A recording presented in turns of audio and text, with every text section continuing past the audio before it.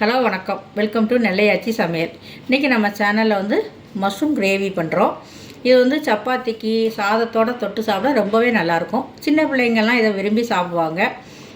வாங்க நம்ம mushroom gravy எப்படி பண்ணுறதுங்கிறத பார்ப்போம். இப்போ வந்து மஷ்ரூம் கிரேவிக்கு தேவையான பொருட்கள் என்னங்கிறத பார்த்துருவோம்.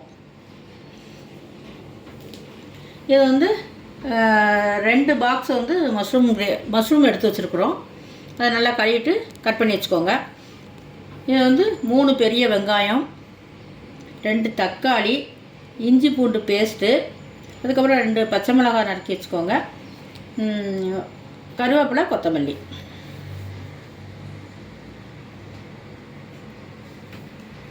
இது வந்து தாளிக்கிறதுக்கு பட்டை, கிராம்பு, ஏலக்காய், கொஞ்சம் சீரகம், இன்னும் பெருஞ்சீரகம் எடுத்துக்கோங்க.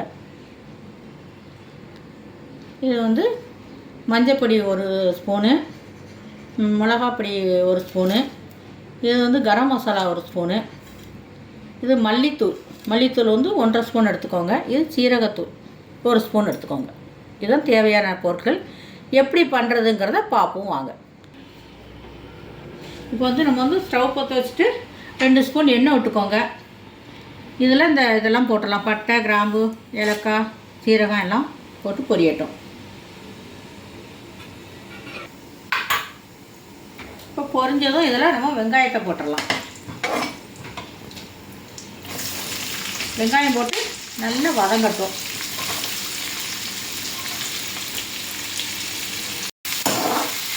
வெங்காயம் போட்டு நல்லா வதங்கட்டும். இதை வந்து வெங்காயம் நல்லா பொன்னிறமாக ஆகும்.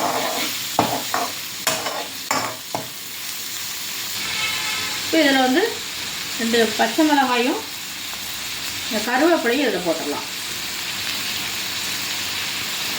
இந்த வெங்காயம் வதங்கிறதுக்கு கொஞ்சம் உப்பு போட்டுருவோம்.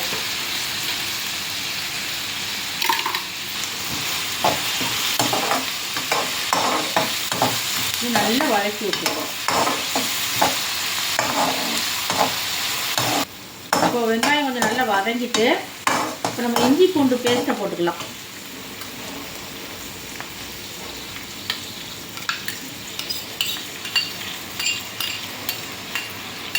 இஞ்சி பூண்டு பேஸ்ட்டு போட்டுட்டு இந்த பச்சை வாசம் போகணும் நல்லா நம்ம வதக்கி விடுவோம்.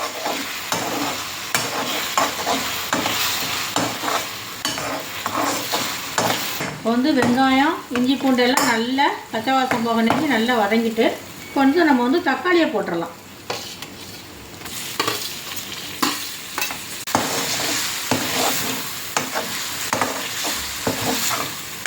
தக்காளியை போட்டு நல்லா வதக்கிக்கோங்க. இப்போ வந்து நம்ம மல்லியும் போட்டுடலாம்.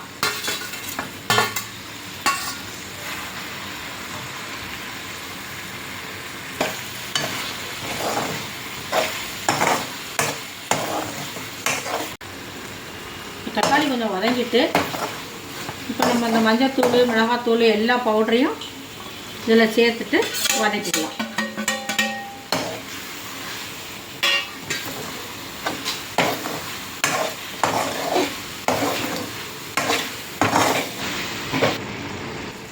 இப்போ பாருங்கள், நல்லா எண்ணெய் பிரிஞ்சு வந்துட்டு கிரேவி வந்து இப்போ நல்லா எண்ணெய் பிரிஞ்சு வந்துருக்கு. இப்போ வந்து நம்ம மஷ்ரூமை இதில் போட்டுடலாம்.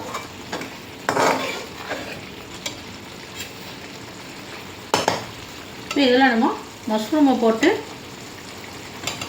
நல்லா கிளறி கொடுத்து மூடி வச்சுருங்க.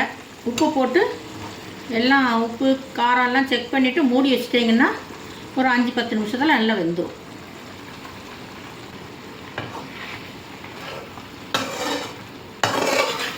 நல்லா கிளறி விட்டுட்டு தண்ணி வேணால் தண்ணி ஊற்றிக்கோங்க.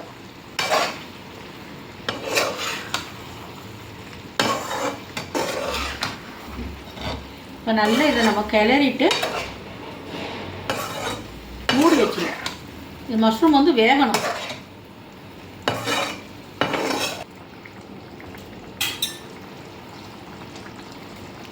இப்போ வந்து மஷ்ரூம் நல்லா வெந்துக்கிட்டு இருக்கு. இது வந்து முந்திரி பேஸ்ட்டு, இது வந்து டேஸ்ட் நல்லாயிருக்கும். அதுக்காச்சுட்டு முந்திரி பேஸ்ட்டை கொஞ்சம் அரைச்சி விடுங்க. திக்னஸும் கிடைக்கும், உங்களுக்கு வந்து டேஸ்ட்டும் நல்லாயிருக்கும். நம்ம கலந்து விட்டுட்டு கொஞ்சம் மூடி வச்சுருவோம். ஒரு 5 நிமிஷம் 10 நிமிஷம் நல்லா வேகட்டும். மஷ்ரூம் நல்லா வேகட்டும். இப்போ இதில் வந்து மிளகுத்தூள் ஒரு ஸ்பூன் போட்டுக்கோங்க, நல்லாயிருக்கும்.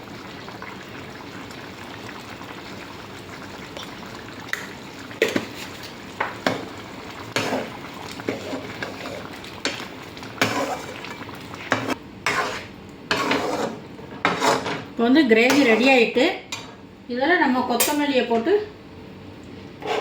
விரைக்கிடலாம்.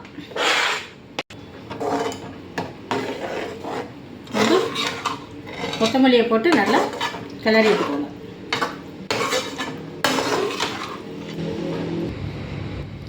இப்போ வந்து நம்ம வந்து மஷ்ரூம் கிரேவி பண்ணிட்டோம். நாங்கள் வந்து இன்றைக்கி வந்து ஜீரா ரைஸ் பண்ணியிருக்கோம். இது வந்து ஜீரா ரைஸோடு தொட்டு சாப்பிடவும் நல்லாயிருக்கும். தேங்காய் பால் சாதமும் அதோடு தொட்டு சாப்பிடவும் நல்லாயிருக்கும். சப்பாத்தி கூடையும் நல்லாயிருக்கும். நீங்களும் இதை மாதிரி பண்ணி பாருங்கள். வீட்டில் பண்ணி பார்த்துட்டு எப்படி இருக்குங்கிறத எனக்கு கமெண்ட் பண்ணுங்கள், லைக் பண்ணுங்கள், ஷேர் பண்ணுங்கள், கண்டிப்பாக சப்ஸ்கிரைப் பண்ணுங்கள். மீண்டும் அடுத்த வீடியோவில் நான் உங்களை சந்திக்கிறேன். அதுவரை நன்றி, வணக்கம்.